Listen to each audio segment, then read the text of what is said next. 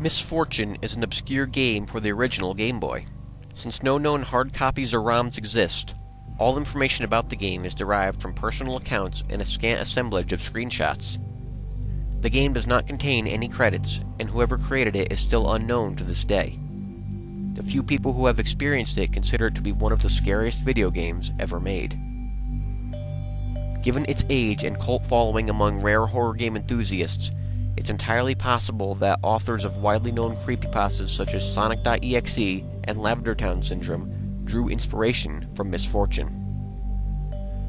Story and concept. The player controls what appears to be a young boy in a strange Gothic building. After brief exploring, the player is confronted by a malevolent being. Despite the character never identifying itself, some people, citing notable similarities, claim that it may be a representation of Baphomet, Beelzebub, or even the devil.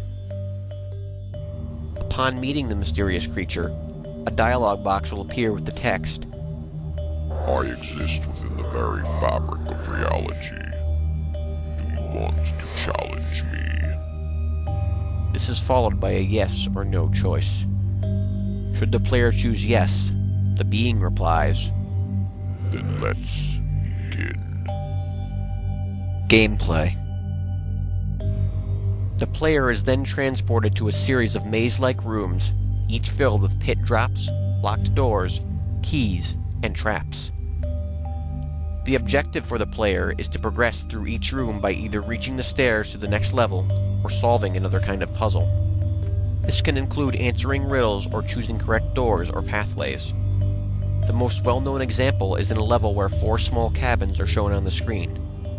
A dialogue box will appear that reads, "Choose wrong, and misfortune will befall your loved ones. Are you ready to play?" Should the player ever make a mistake throughout the game, the screen will cut to black before showing a more detailed image of the demon along with a dialogue box reading, "I am God here," in what appears to be blood-styled writing. Alleged side effects. Rumors pertaining to the game's alleged harmful side effects began to surface on the internet around the late 1990s. Players claimed to have begun experiencing ongoing depression and dread shortly after losing and seeing the game over screen. Once prominent members of online forums who told such claims are thought to have died or disappeared when they suddenly became inactive without warning. Heated discussions soon dominated these forums for some time, but the mystery never seemed to be getting any closer to being solved. Some wrote the whole thing off as a tasteless practical joke. Others believed that viewing the image of the evil character after losing the game can really cause the player to experience misfortune as the game's antagonist promised. Some people began to speculate that the eerie soundtrack of the game was the cause. Soundtrack. The music in the game consisted of deep, buzzy tones, off-key melodies.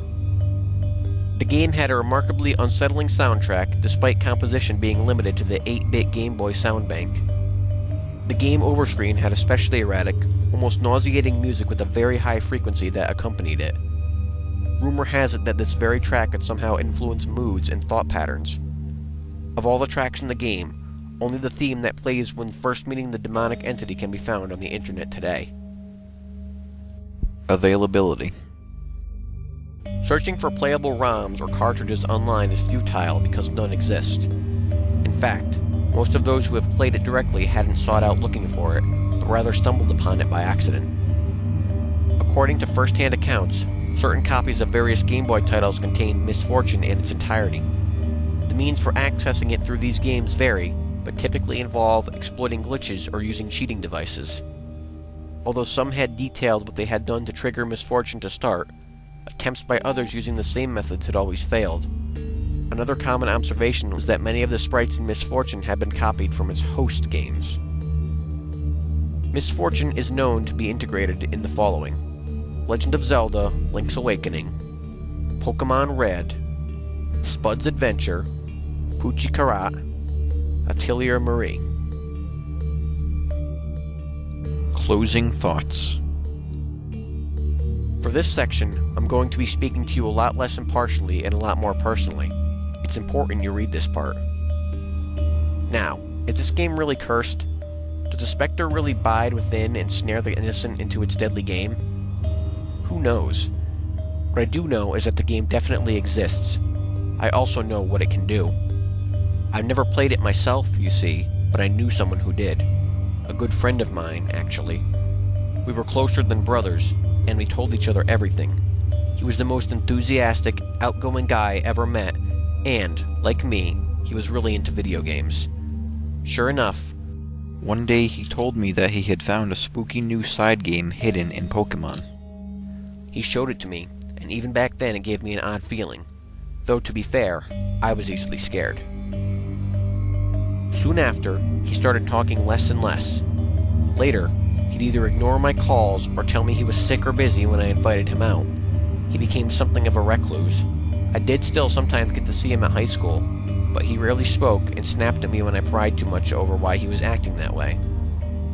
About a month later, before he got off the train after school, he said goodbye for the first time in weeks. I'll never forget the look he gave me that day. He was the macho, nothing gets to me type of guy, and he always masked his emotion really well, but now he had a face filled with grief, like he was about to cry. He made me promise him one thing before he left, that I'd never play that game. That was the last time we spoke. The next morning they found his scratched and bloodied corpse hanging from his disassembled weight machine. The police concluded that he managed to lift 220 pounds of weights over his head with the cord still attached, looped it around his neck, and released it over the other side of the machine, causing his strangulation as the weight on the other side yanked him upwards. The most horrible detail was that he was found with his hands clutching the inside of the makeshift noose, as if he were trying to tug it loose. That was it. The case was closed. Personally, I don't believe that's what happened. If you are a collector, or perhaps just heard the legend and want to experience the game for yourself, you should reconsider. Even if you deny the existence of demons and curses, the misfortune that will befall you is very real. You have been warned.